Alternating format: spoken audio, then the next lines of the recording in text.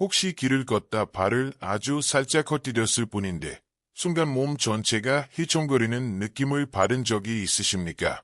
그 찰나의 순간, 어쩌면 내 다리가 나를 더 이상 버텨주지 못할 수도 있겠구나 하는 서늘한 공포를 느껴보신 적은 아침에 일어나면 등이 너무 뻣뻣해서 펴는 데만 10분이 걸리고 몸에 좋다는 건 다 챙겨 먹는데도 일어설 때마다 무릎에서 마치 녹슨 경첩처럼 뚝뚝 소리가 나지는 않습니까? 무엇보다 가장 답답한 건 이거일 겁니다. 나는 매일 하루도 빠짐없이 칼슘제를 챙겨 먹는데 내 몸은 계속 약해지는 걸까? 약도 먹고 우유도 마시는데 내 뼈는 자꾸만 나빠지는 걸까요? 많은 분들이 이걸 그저 나이 탓으로 돌립니다. 늙으면 뼈가 약해지는 건 당연하지. 어쩔 수 없는 운명이야. 라고 체념하죠. 하지만 제가 오늘 분명히 말씀드립니다. 만약 그 운명을 그대로 받아들인다면 여러분은 지금 몸속에서 조용히 그리고 위험하게 진행되고 있는 변화를 너무 과소평가하고 있는 것입니다. 하지만 다행히도 이 변화는 통제할 수 있습니다. 침묵의 위기, 흰개미 효과. 우리의 뼈는 하룻밤 사이에 사라지지 않습니다. 마치 집을 받치고 있는 튼튼한 나무 기둥과 같죠. 겉보기엔 페인트 칠도 멀쩡하고 단단해 보이지만 속에서는 흰개미 떼가 천천히 기둥 심지를 갉아먹고 있는 것과 같습니다. 기둥은 겉보기에 멀쩡하다가 어느 한순간 뚝 부러져 버립니다. 골다공증이 바로 그렇습니다. 뼈는 서서히 속이 비어가고 내부 구조가 무너집니다.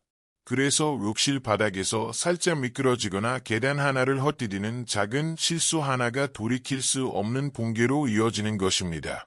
냉정하게 말씀드려야겠습니다. 노년기에 뼈가 한번 부러지면 통계적으로 결과는 매우 가혹합니다.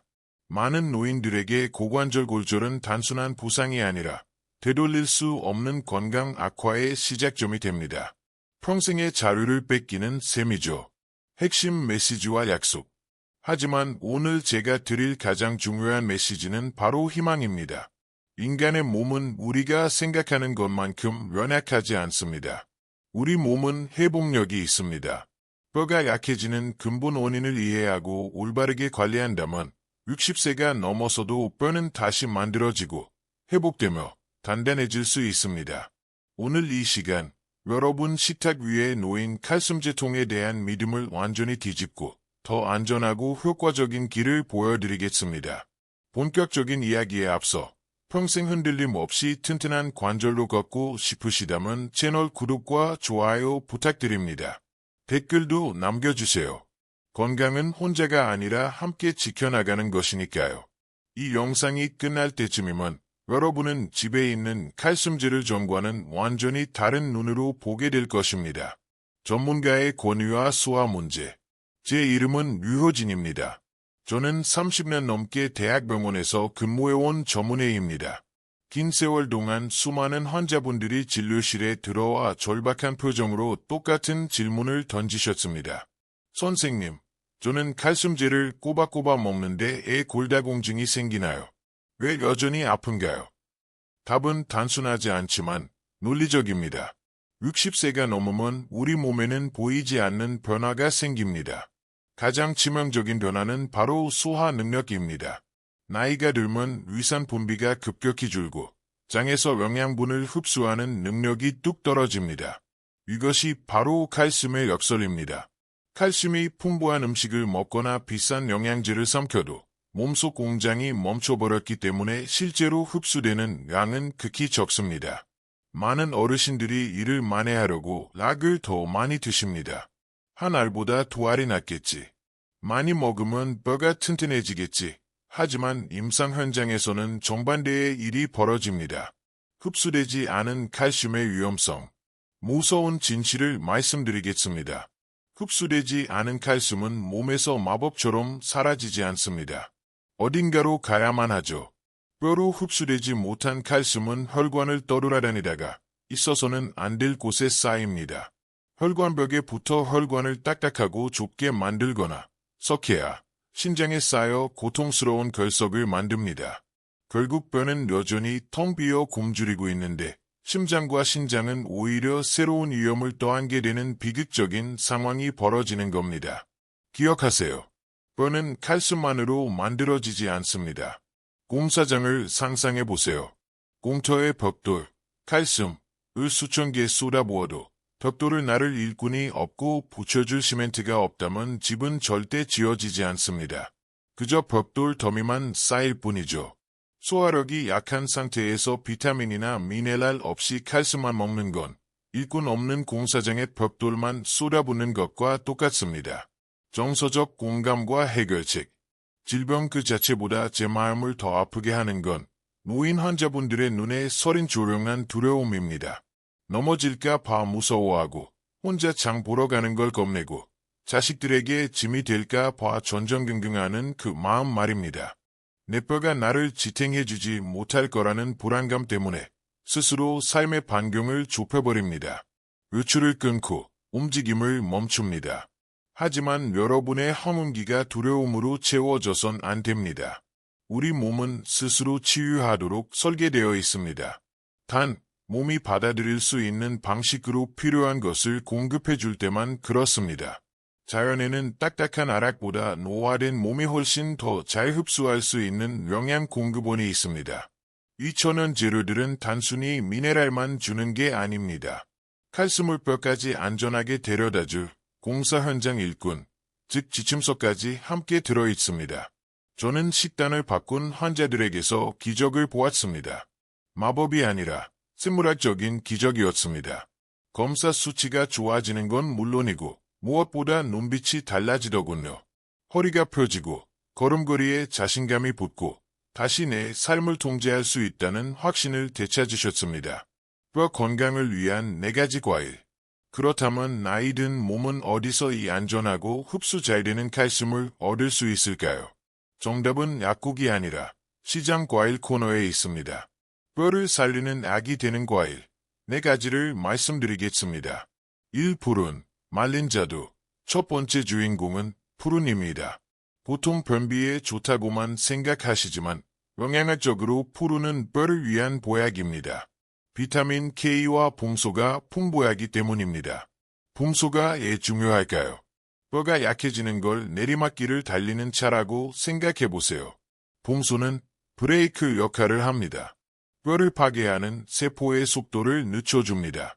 실제로 매일 푸른을 꾸준히 드신 환자분들이 약에만 의존한 분들보다 훨씬 안정적인 골밀도를 유지하는 걸 저는 수없이 봤습니다. 많이 드실 필요도 없습니다. 하루 몇 알이면 충분합니다. 이 키위 2번째는 키위입니다. 키위의 강점은 마그네슘과 비타민 C입니다. 우리는 흔히 뼈가 딱딱해야 한다고만 생각하지만 사실 뼈는 충격을 흡수하기 위해 유연해야 합니다. 딱딱하기만 한 분필은 떨어뜨리면 산산조각이 나지만 튼튼한 나뭇가지는 휘어질지언정 부러지지 않죠. 그 유연함을 만드는 게 바로 콜라겐이고 비타민 C는 콜라겐을 만드는 필수 요소입니다. 키위는 뼈 내부의 그물망을 쫀쫀하게 복구해줍니다. 3. 오렌지, 귤. 세 번째는 오렌지나 귤입니다. 비타민 C 외에도 베타크립토잔틴이라는 성분이 들어있는데 이는 뼈의 파괴는 막고 생성은 돕는 것으로 알려져 있습니다. 여기서 중요한 팁이 있습니다. 귤이나 오렌지를 드실 때 겉에 붙은 하얀 실 같은 부분, 귤락을 떼지 말고 드세요. 그 하얀 부분에 뼈로 가는 혈관을 튼튼하게 하는 플라보노이드가 들어있습니다. 뼈도 살아있는 조직이라 혈관이 필요합니다. 뼈로 가는 도로, 혈관, 끊기면 아무리 좋은 칼슘도 배달되지 않습니다. 4. 무화과. 마지막으로 무화과입니다. 무화과는 식물성 칼슘이 아주 풍부해서 우유를 소화 못 시키는 분들에게 완벽한 대안입니다.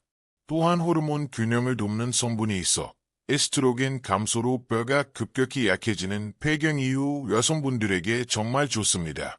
김정희 님의 이야기. 기억에 남는 환자분이 있습니다. 68세 김정희 님이셨죠.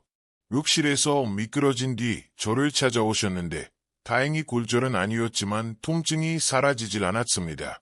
수년간 아침마다 칼슘제를 드셨지만 골밀도는 위험 수준이었고 심지어 영양제 부작용으로 소화불량과 신장 결석까지 생긴 상태였습니다. 진료실 의자에 앉아 가방을 생명줄처럼 꽉 쥐고 떨리는 목소리로 물으셨죠. 선생님, 제 남은 인생은 이제 병원 신세만 져야 하는 건가요? 저는 그분의 손을 잡고 말씀드렸습니다. 김정희님, 뼈가 죽은 게 아닙니다. 그저 올바른 돌봄을 받지 못해 굶주려 있을 뿐이에요. 우리는 무리한 변화 대신 신장에 부담을 주는 합성칼슘제를 서서히 줄이고 식단에 푸른, 키, 오렌지를 추가했습니다. 2달 만에 속이 편해지고 복부 팽만감이 사라졌습니다. 지긋지긋하던 허리 통증도 잊혀졌죠.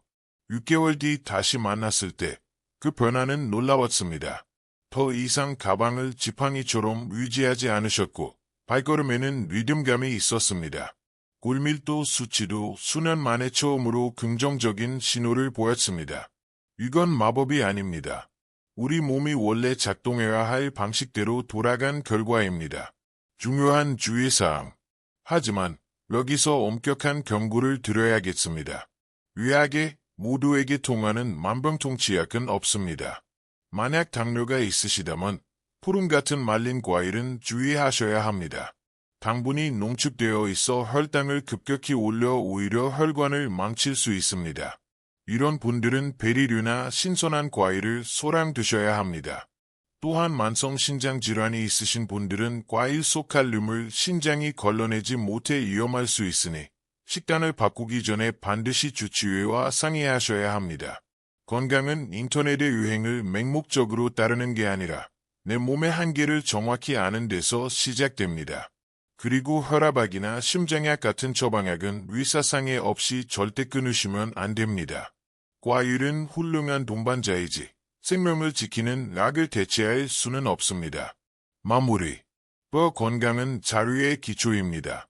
뼈가 튼튼해야 친구도 만나고 공원도 걷고 손주들과 놀아주고 아름다운 노을도 보러 갈 수 있습니다.